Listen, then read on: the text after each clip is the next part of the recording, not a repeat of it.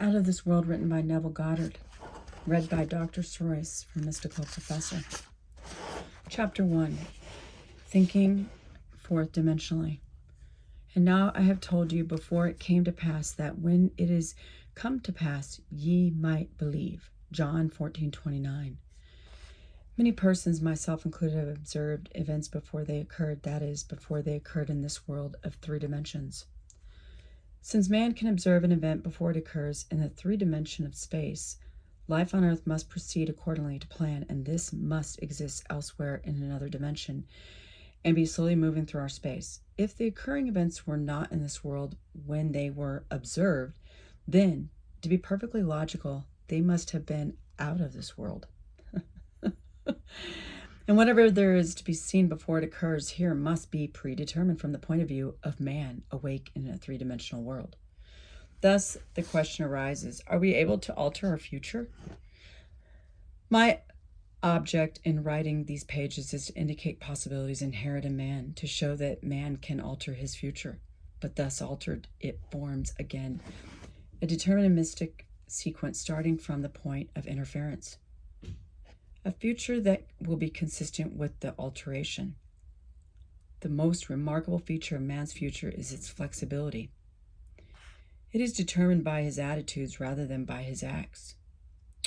The cornerstone on which all things are based is man's concept of himself. He acts as he does and has the experience that he does because his concept of himself is that what it is, and for no other reason. Had he a different concept of self, he would be different. He would act differently. A change of concept of self automatically alters his future, and a change in any term of his future series of experiences reciprocally alters his concept of self. Again, a change of concept of self automatically alters his future, and a change in any term of his future series of experiences reciprocally alters his concept of himself. Man's assumptions, which he regards as insignificant, produce effects that are considerable. Therefore, man should revise his estimate of an assumption and recognize its creative power. All changes take place in consciousness. The future, although prepared in every detail in advance, has several outcomes. At every moment of our lives, we have before us the choice of which of several futures we will choose. There are 2 actual outlooks on the world, possessed by everyone, a natural focus and a spiritual focus. The ancient teachers called the one the carnal mind, the other the mind of Christ. We may differentiate them as ordinary waking conscious governed by our senses and a controlled imagination governed by desire. We recognize these 2 distinct as centers of thought in this statement. The natural man receiveth not the things of the Spirit of God, for they are foolishness unto him. Neither can he know for them, for they are spiritually discerned. 1 Corinthians 2:14. The natural view confines reality to the moment called now. To the natural view, the past and future are purely imaginary. The spiritual view, on the other hand, sees the contents of time. It sees events as distinct and separated as objects in space. The past and future are present whole to the spiritual view.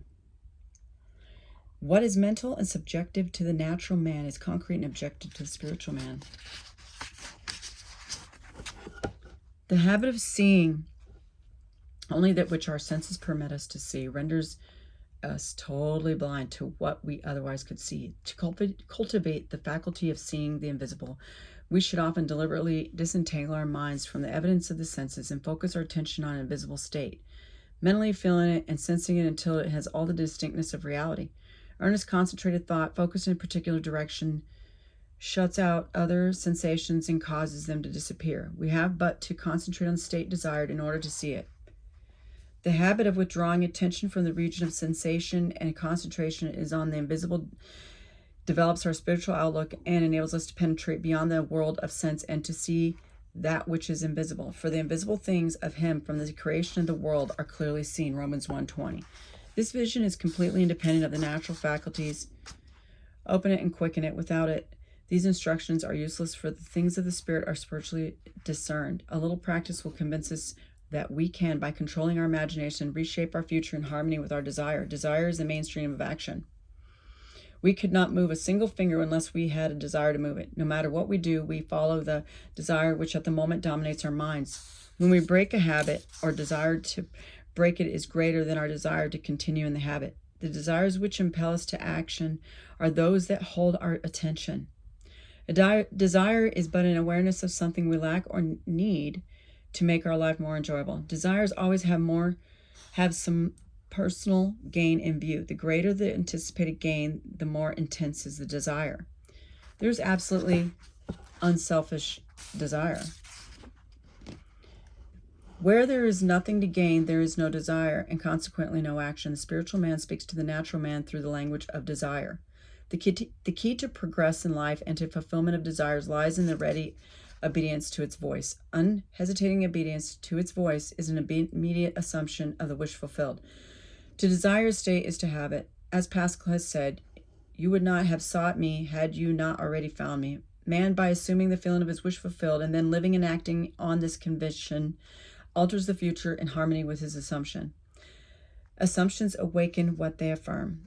As soon as a man assumes the feeling of his wish fulfilled, his four-dimensional self finds ways for the attainment of his end, discovers methods for his realization. I know of no other clear definition of the means by which we realize our desire than to experience in imagination what we would experience in the flesh were we to achieve our goal.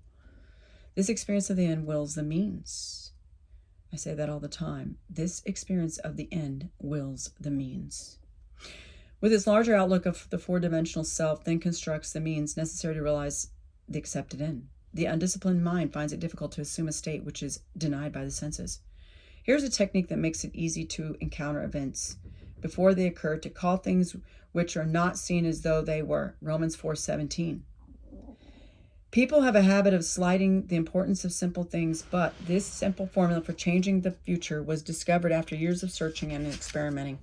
The first step in changing the future is desire. That is, define your objective. Know exactly what you want. Secondly, construct an event which you believe what you would encounter following the fulfillment of your desire. An event which implies fulfillment of your desire. Something that will have the action of self predominant. Thirdly, immobilize the body and induce a condition akin to sleep. Lie on the bed or relax in a chair and imagine that you are sleepy. Then, with eyelids closed and your attention focused on the action you intend to experience in imagination, mentally feel yourself right into the proposed action, imagining all the while that you are actually performing the action here and now.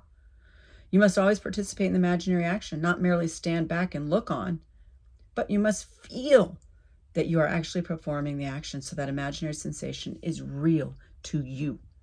It is important always to remember that the proposed action must be one which follows the fulfillment of your desire, and also you must feel yourself into the action until it has all the vividness and tones of reality. For example, suppose you desire promotion at work. Being congratulated would be an event you would encounter following the fulfillment of your desire. Having selected this action as the one we'll experience in imagination, immobilize the physical body and induce a state akin to sleep, a drowsy state, but one in which you are still able to control the direction of your thoughts. A state which you are attentive without effort. Now imagine that a friend is standing before you. Put your imaginary hand into his. First feel it to be solid and real. Then carry an imaginary conversation with him in harmony with the action. Do not visualize yourself at a distance and point of space and at a distance and point of time, but congratulated on your good fortune. Instead, make elsewhere here and the future now. The future event is a reality now in a dimensionally larger world, and oddly enough, now in a dimensionally larger world is equivalent to here in the ordinary three-dimensional space of everyday life.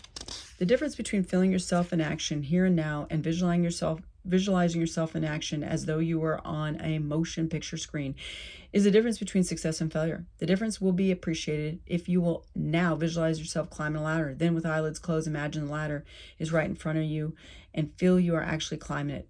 Physically immobility bordering on sleep, and imaginary action in which self-feelingly predominates here and now are now only important factors in altering the future, but they are essential conditions in consciously projecting the spiritual self. If, when the physical body is immobilized, we become possessed of the idea to do something and imagine that we are doing it here and now, and keep the imaginary action feelingly going right up until sleep ensues, we are likely to awaken out of the physical body to find ourselves in a dimensionally larger world with a dimensionally larger focus and actually doing what we desired and imagined we were doing it in the flesh. But whether we awaken there or not, we are actually performing the action in the fourth dimensional world, and we will reenact it in the future here in the third dimensional world. Experience has taught me to restrict the imaginary action, to condense the idea, which is to be the object of our meditation, into a single act, and to reenact it over and over until it has the feeling of reality. Otherwise, the attention will wander off along an associational track, and hosts of associated images will be presented in our attention. In a few seconds, they will lead us hundreds of miles away from our objective in point of space and years away in point of time. If we decide to climb a particular flight of stairs because it is likely event to follow the realization of a desire, then we must restrict the action of climbing the particular flight of stairs. Should our attention wander off, we must bring it back to its task of climbing that flight of stairs and keep on doing so until imaginary action has all the solidity and distinctness of reality. The idea must be maintained in the field of presentation without any sensible effort on our part. We must, with the minimum of effort, permeate the mind with the feeling of the wish fulfilled. Drowsiness facilitates change because it favors attention without effort, but it must not be pushed to the stage of sleep in which we shall no longer be able to control the movement of our attention, but rather a moderate degree of drowsiness in which we are still able to direct our thoughts. A most effective way to embody a desire is to assume the feeling of the wish fulfilled, and then, in a relaxed and sleepy state, repeat over and over again, like a lullaby, any short phrase which implies fulfillment of a desire, such as "thank you," as though we addressed a higher power for having done it for us.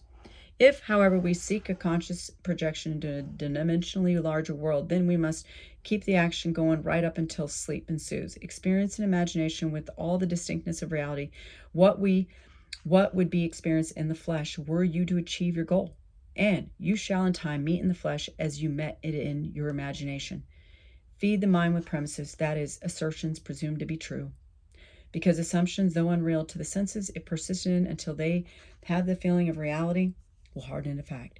To an assumption, all means which promote its realization are good. It influences the behavior of all by inspiring in all the movements, the actions, and the words which tend towards its fulfillment. To understand how man molds his future in harmony with his assumption, we must know what we mean by a dimensionally larger world, for it is to a dimensionally larger world that we go to alter our future. The observation of an event before it occurs implies that the event is predetermined from the point of view of man in the three-dimensional world. Therefore, to change the conditions here in 3 dimensions of space, we must first change them in the 4 dimension of space. Man does not know exactly what is meant by a dimensionally larger world, and would no doubt deny the existence of a dimensionally larger self. He is quite familiar with the 3 dimensions of length, width, and height, and he feels that if there were a 4th dimension, it should be as obvious to him as the dimensions of length, width, and height. A dimension is not a line. It is any way in which a thing can be measured that is entirely different from all other ways. That is, to measure a solid 4th dimensionally, we simply measure it in any direction except that of its length, width, and height. Is there another way of measuring an object other than those of its length, width, and height? Time measures my life without employing the 3 dimensions of length, width, height. There is no such thing as an instantaneous object. It appears and disappears are measurable. It endures for a definite length of time. We can measure its lifespan without using the dimensions of length, width, and height. Time is definitely a 4th dimension way of measuring an object. The more dimensions an object has, the more substantial and real it becomes. A straight line which lies entirely in one dimension acquires shape, mass, and substance. By the addition of dimensions, what new quality would time, the 4th dimension, give, which would make it just as vastly superior to solids as solids are to surfaces and surfaces are to lines. Time is a medium for changes in experience because all changes take time. The new quality is changeability. Observe that if we bisect a solid, its cross-section will be a surface. By bisecting a surface, we obtain a line, and by bisecting a line, we get a point. This means that a point is but a cross-section of line, which in turn, but a cross-section of a surface, which in turn, but a cross-section of solid, which is in turn, if carried to its logical conclusion, but a cross-section of a fourth-dimensional object. We cannot avoid the inference that all three-dimensional objects are but cross-sections of our dimensional bodies, which means when I meet you, I meet a cross-section of the four-dimensional you, the four-dimension self that is not seen. To see the four-dimensional self, I must see every cross-section or moment of your life from birth to death and see them all as coexisting. My focus should take the entire array of sensory impressions which you have experienced on earth, plus those you might encounter. I should see them not in the order in which they were experienced by you, but as a present whole. I should see them not in the order in which they were experienced by you, but as a present whole. Because change is the characteristic of the fourth dimension, I should see them in a state of flux as a living, animated whole. If we have all the clearly fixed in our minds, what does it mean to us in the three-dimensional world? It means that if we can move along time's length, we can see the future and alter it as we desire. Again, it means that if we can move along time's length, we can see the future and alter it as we desire. This world which we think so solidly real is a shadow out of which and beyond which we may at any time pass. It is an abstraction from a more fundamentally and dimensionally larger world, a more fundamentally world abstracted from a still more fundamental and dimensionally larger world, and so on to infinity. The absolute is unattainable by any means or analysis, no matter how many dimensions we add to the world. We can prove the existence of a dimensionally larger world simply by focusing his attention on an invisible state and imagining that he sees and feels it. If he remains concentrated in the state, his present environment will pass away and he will awaken in a dimensionally larger world where the object of his contemplation will be seen as a concrete objective reality. Intuitively, I feel that were he to abstract his thoughts from his dimensionally larger world and retreat still farther within his mind, he would again bring about an externalization of time. He would discover that every time he retreats into his inner mind and brings about an externalization of time, space becomes dimensionally larger, and he would therefore conclude that both time and space are serial, and that the drama of life is but the climbing of a multitudinous dimensional time block. Scientists will one day explain why there is a serial universe. But in practice, how we use this serial universe to change the future is more important. To change the future, we need only concern ourselves with two worlds in the infinite series: the world we know by reason of our bodily organs, and the world we perceive independently of our bodily organs. Chapter 2, Assumptions Become Facts. Men believe in the reality of the external world because they do not know how to focus and condense their powers to penetrate its thin crust. This book has only one purpose: the removing of the veil of the senses, the traveling into another world. To remove the veil of the senses, we do not employ great effort. The objective world vanishes by turning our attention away from it. We have only to concentrate on the state desired in order to mentally see it, but to give it reality so that it will become an objective fact, we must focus attention upon the visible state until it has the feeling of reality. When, through concentrated attention, our desire appears to possess the distinctiveness and feeling of reality, we have given it the right to become a visible, concrete fact. If it is difficult to control the direction of your attention while in a state akin to sleep, you may find gazing fixedly into an object very helpful. Do not look at its surface, but into it and beyond any plain object, such as a wall, a carpet, or any other object which possesses depth. Arrange it to return as little reflection as possible. Imagine then that in this depth you are seeing and hearing what you want to see and hear, until your attention is exclusively occupied by the imagined state. At the end of your meditation, when you awake from your controlled waking dream, you feel as though you had returned from a great distance. The visible world which you had shut out returns to consciousness, and by its very presence informs you that you have been self-deceived into believing that the object of your contemplation was real.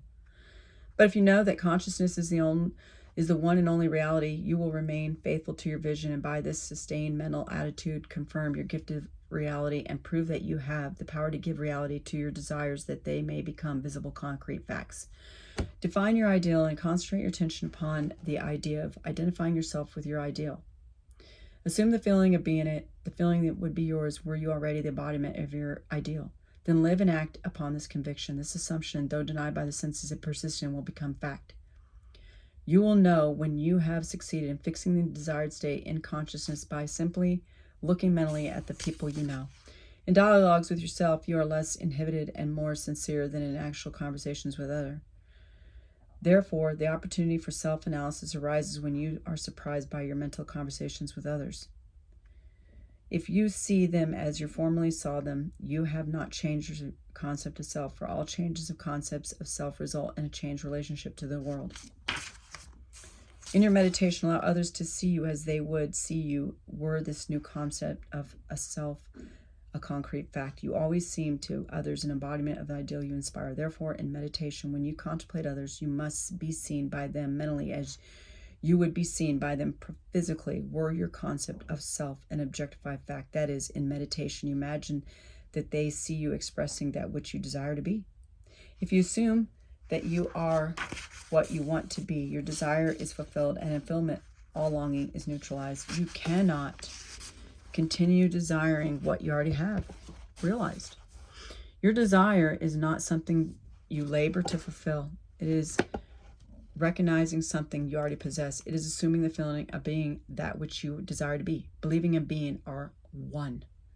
The conceiver and his conception are one. Therefore, that which you conceive yourself to be can never be so far off as even to be near, for nearness implies separation. If thou canst believe, all things are possible to him that believeth. Mark 9:23. Being in the substance of things hoped, the evidence of things not seen. Hebrews 11:1. If you assume that you are what you want to be, then you will see others as they are related to your assumption. If, however, it is good of others that you desire, then in meditation you must represent them to yourself as already being that which you desired them to be. It is through desire that you rise above your present sphere, and the road from longing to fulfillment is shortened, and you experience in imagination that what you would experience in the flesh were you already the embodiment of the ideal you desire to be. I have stated that man has in every moment of time the choices before him, which of several futures he will encounter. But the question arises, how is it that possible when the experiences of man awake in the three-dimensional world are predetermined, as his observation of an event before it occurs implies? This ability to change the future will be seen if we liken the experiences of life on earth to this printed page. Man experiences events on earth singly and successively in the same way that you are now experiencing the words of this page. Imagine that every word on this page represents a single sensory impression.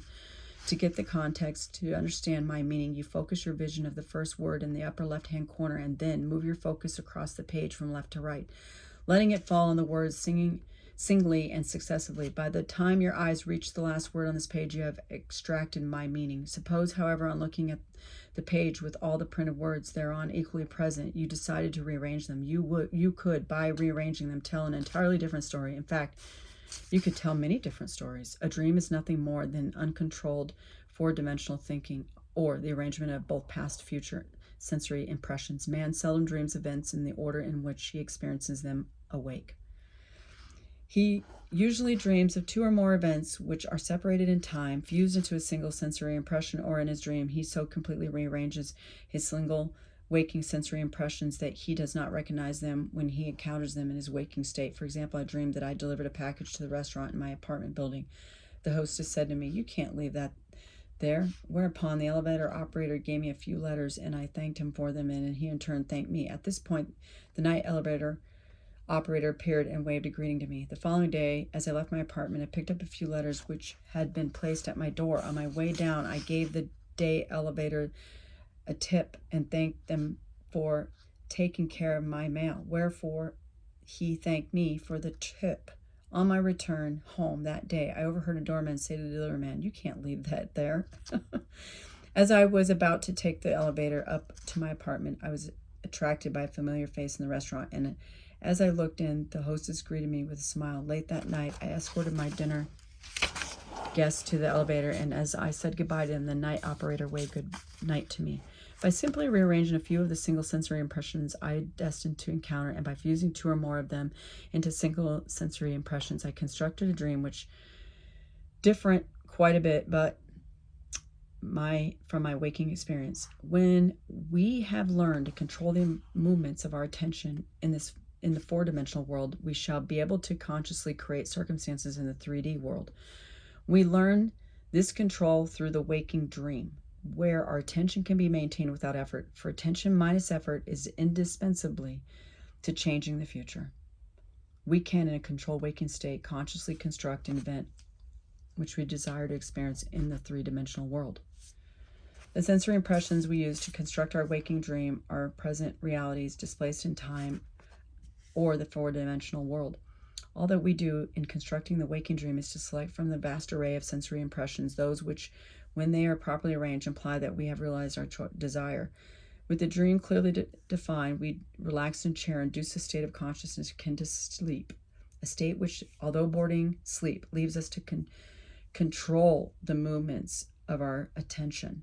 When we have achieved that state, we experience in imagination what we would have experienced in reality, were this waking dream an objective fact. In applying this technique to change the future, is important always to remember that the only thing which occupies the mind during the waking dream is the waking dream, the predetermined action which implies the fulfillment of our desire.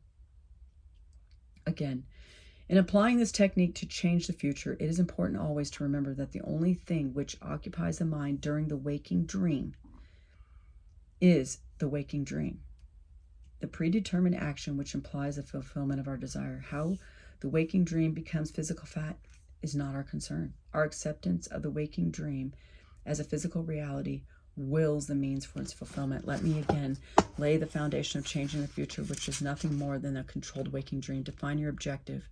Know definitely what you want. Construct an event which you believe you will encounter following the fulfillment of your desires, something which will have the action of self predominant, an event which implies the fulfillment of your desire. Immobilize the physical body, induce a state of consciousness akin to sleep. Then mentally feel yourself right into the proposed action, imagining all the while that you are actually performing the action here and now, so that the experience in imagination what you would experience in the flesh were you now to realize your goal.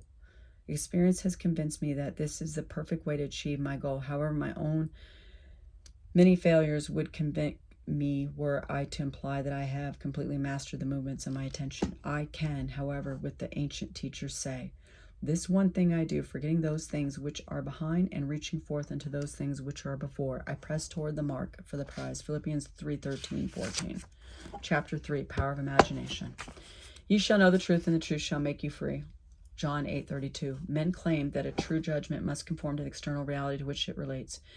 This means that if I, while in prison, suggest to myself that I am free and succeed in believing that I am free, it is true that I believe in my freedom, but it does not follow that I am free, for I may be a victim of illusion. But because of my own experiences, I have come to believe in so many strange things that I see little reason to doubt the truth of things that are beyond my experience. The ancient teachers warned us not to judge from appearances because, the truth need not conform to the external reality in which it relates. They claim that we bore false witness if we imagine evil against another, that no matter how real our belief appears to be, how truly it conforms to the reality to which it relates, if it does not make free the one of whom we hold the belief, it is untrue and therefore a false judgment. We are called upon to deny the evidence of our senses and to imagine as true of our neighbor that which makes him free. Ye shall know the truth, and the truth shall make you free. To know the truth of our neighbor, we must assume that he is already that which he desires to be. Any concept we hold of another that is short of his fulfilled desire will not make him free, and therefore cannot be the truth. Instead of learning my craft in schools or attending courses and seminars is considered a substitute for self-acquired knowledge. My schooling was devoted almost exclusively to the power of imagination.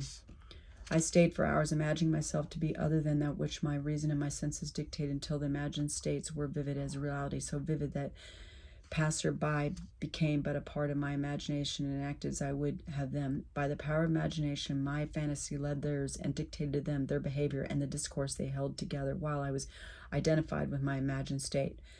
Man's imagination is the man himself, and the world as imagination sees it the real world, but it is our duty to imagine all that is lovely and of good report. Philippians 4:8.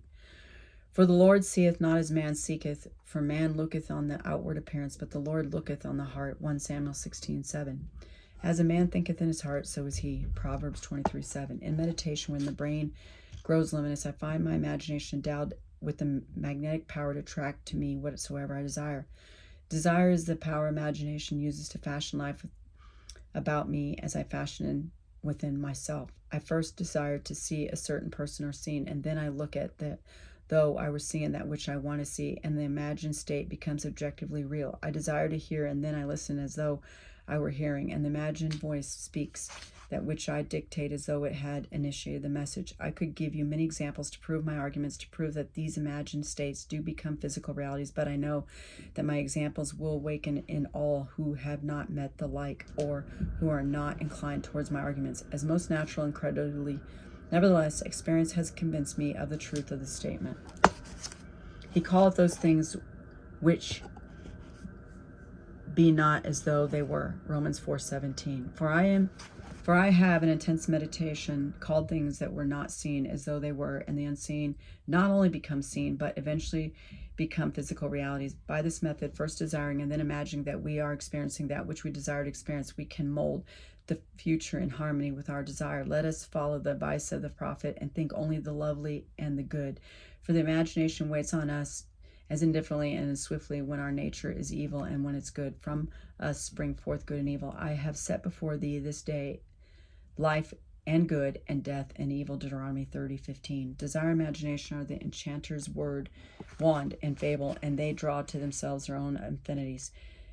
They break forth best when the mind is in a state akin to sleep. I have written with some care and detail the method I use to enter the dimensionally larger world, but I shall give one more formula for opening the door of the larger world. In a dream, in a vision of the night, when deep sleep falleth upon men, in slumberings upon the bed, then he openeth the ears of men and sealeth their instruction. Job 33:15-16. A dream, we are usually the servant of our vision rather than its master, but the internal fantasy of dream can be turned into an external reality. In dream, as in meditation, we slip from this world into a dimensionally larger world, and I know that the forms in dreams are not flat two-dimensional images which modern psychologists believe them to be. They are substantial realities of the dimensionally larger world, and I lay hold of them. I have discovered that if I surprise myself dreaming, I can lay hold of an inanimate or stationary form of the dream, a chair, a table, a stairway, a tree,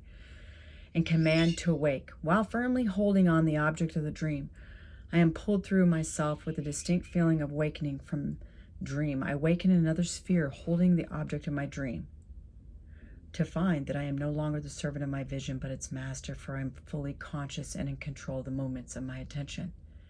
It is in this fully conscious state, when we are in control of the direction of thought, that we call things that are not seen as though they were. In this state, we call things by wishing and assuming the feeling of our wish fulfilled. Unlike the world of three dimensions, where there is an interval between our assumption and its fulfillment, in the dimensionally larger world, there is an immediate realization of our assumption. The external reality instantly mirrors our assumption. Here, there is no need to wait 4 months till harvest. See John 4:35. We look again as though we saw, and lo and behold, the fields are already white to harvest. In this dimensionally larger world, ye shall not need to fight. Set yourselves, stand ye still, and see the salvation of the Lord with you. 2 Chronicles 20:17. And because that greater world is slowly passing through our three-dimensional world, we can, by the power of imagination, mold our world in harmony with our desire. Look as though you saw, listen as though you heard. Stretch forth your imaginary hand as though you touched, and your assumptions will harden into fact. To those who believe that a true judgment must conform to the external reality to which it relates, this will be foolishness and a stumbling block. 1 Corinthians 1:23. But I preach and practice the fixings in consciousness of that which man desires to realize. Experience convinces me that fixed attitudes of mind which do not conform to the external reality to which they relate, and are therefore called imaginary. Things which are not will nevertheless bring to naught things that are. 1 Corinthians 1:28. I do not wish to write a book of wonders, but rather to return man's mind back to the one and only reality that the ancient teachers worship as God. All that was said of God was in reality said of man's consciousness, so we may say that according as it is written, he that glorieth, let him glory in his own consciousness. 1 Corinthians 1:31, 2 Corinthians 10:17, 18. But let him that glorieth God in this, that he understandeth and knoweth me, that I am the Lord which exercise loving kindness, judgment, and righteousness in the earth. Jeremiah 9:24. No man needs help to direct him in the application of this law of consciousness. I am is the self-definition of the absolute, the root out of which everything grows. I am the vine, John 15:1, 15:5. What is your answer to the external question, who am I? Your answer determines the part you play in the world's drama. Your answer, that is, your concept of self, need not conform to the external reality to which it relates. This truth is revealed in the statements, let the weak say, I am strong. Joel 30:10. Look back over the good resolutions with which many past New Years are encumbered. They lived a little while and then they died. Why? Because they were severed from their root. Assume that you are that which you want to be. Experience in imagination that what you would experience in the flesh, were you already that which you would want to be. Remain faithful to your assumptions so that you define yourself as that which you have assumed. Things have no life if they are severed from their roots, and your consciousness or I amness is the root of all that springs in your world. If we believe not that I am he, ye shall die in your sins. 1 John 8:24. That is, if I do not believe that I am already that which I desire to be, then I remain as I am and die in my present concept of self. There is no power outside of the consciousness of man to resurrect and make alive that which man desires to experience. That man who is accustomed to call up at will whatever images he pleases will be, by virtue of the power of his imagination, master of his fate.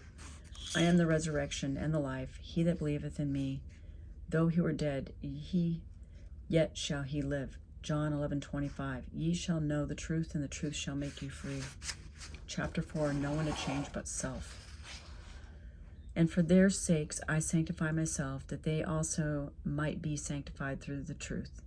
John 17:19. The ideal we serve and strive to attain could never be evolved from us were it not potentially involved in our nature. It is now my purpose to retell and to emphasize an experience of mine printed by me 2 years ago. I believe these quotations from the Search will help us to understand the operation of the law of consciousness and show us that we have no one to change but self. Once in an idle interval at sea, I meditated on the perfect state and wondered what I would be, were I of too pure eyes to behold iniquity. If to me all things were pure, and were I without condemnation, as I became lost in the fiery brooding, I found myself lifted above the dark environment of the senses. Not so intense was the feeling, I felt myself a being, a fire dwelling in a body of air. Voices from a heavenly chorus with the exultation of those who had been conquerors in a conflict with which death were singing, He is risen, He is risen, and intuitively I knew they meant me. Then I seemed to be walking in the night. I soon came upon a scene that might have been the ancient pool of Bathsheba. For in this place lay a great multitude of impotent folk, blind, halt, withered, waiting, not for the moving of the water as a tradition, but waiting for me. As I came near, without thought or effort on my part, they were, one after the other, molded as by the magician of the beautiful. Eyes, hands, feet, all missing, were drawn from some invisible reservoir and molded in harmony with that perfection with which I felt springing within me. When all were made perfect, the chorus exulted, It is finished.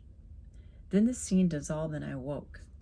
I know the vision was the result of my intense meditation upon the idea of perfection, for my meditations invariably bring about union with the state contemplated. I had been so completely absorbed within the idea that for a while I had become what I contemplated, and the high purpose with which I had for that moment identified myself and the high purpose with which I had for that moment identified myself, drew the companionship of high things, and fashioned the vision in harmony with my inner nature. The ideal with which we are united works by association of ideals to awaken 1,000 moods to create a drama in keeping with the central ideal. My mystical experiences have convinced me that there is no way to bring about the outer perfection we seek, other than by the transformation of ourselves. In the divine economy, nothing is lost. We cannot lose anything save by descent from the sphere where the thing has its natural life. There is no transforming power in death, and whether we are here or there, we fashion the world that surrounds us by the intensity of our imagination and feeling, and we illuminate or darken our lives by the concept we hold of ourselves. Nothing is more important to us than our conception of ourselves, and especially in this true of our concept of the dimensionally great one within us. Those who help or hinder us, whether they know it or not, are servants of that law which shapes outward circumstances in harmony with our inner nature. It is our conception of ourselves which frees our constrains us through it may use material agencies to achieve this purpose. Because life molds the outer world to reflect the inner arrangement of our minds, there is no way of bringing about the outer perfection we seek other than by the transformation of ourselves. No help cometh from without. The hills to which we lift our eyes are those of inner range. It is thus to our own consciousness that we must turn as to the only reality, the only foundation on which all phenomena can be explained. We can rely absolutely on the justice of this law to give us only that which is of the nature of ourselves. To attempt to change the world before we change our concept of ourselves is to struggle against the nature of things. There can be no outer change until there is first an inner change. As within, so without. I am not advocating philosophical indifference when I suggest that we should imagine ourselves as already that which we want to be, living in a mental atmosphere of greatness, rather than using physical means and arguments to bring about the desired change. Everything we do, unaccompanied by a change of consciousness, is but futile readjustment of surfaces. However we toil or struggle, we can receive no more than our assumptions affirm. To protest against anything which appears to us to protest against the law of our being and our rulership over our own destiny. The circumstances of my life are too closely related to my conception of myself not to have been formed in my own spirit from some dimensionally larger storehouse of my being. If there is pain to me in these happenings, I should look within myself for the cause. For I am moved here and there and made to live in a world of harmony with my concept of myself. Intense meditation brings about a union with the state contemplated, and during this union we see visions, have experiences, and behave in keeping with our change of consciousness. This shows us that a transformation of consciousness will result in a change of environment and behavior. All wars prove that violent emotions are extremely potent in precipitating mental rearrangements. Every great conflict has been followed by an era of materialism and greed in which the ideals for which the conflict ostensibly were waged are submerged. This is inevitable because war evokes hate, which impels a descent in consciousness from the plane of the ideal to the level where the conflict is waged. If we would become as emotionally aroused over our ideals as we become over our dislikes, we would ascend to the plane of our ideal as easily as we now descend to the level of our hates. Love and hate have a magical transforming power, and we grow through their exercise into their likeness of what we contemplate. By intensity of hatred, we create in ourselves the character we imagine in our enemies. Qualities die for want of attention, so the unlovely states might best be rubbed out by imagining or imaging. Beauty for ashes and joy for mourning. Isaiah 61:3. Rather than by direct attacks on the state from which we would be free. Whatsoever things are lovely and of good report, think on these things. Philippians 4:8. For we become that which we are in report. There is nothing to change about our concept of self. As soon as we succeed in transforming self, our world will dissolve and reshape itself in harmony with that which our change affirms. The end.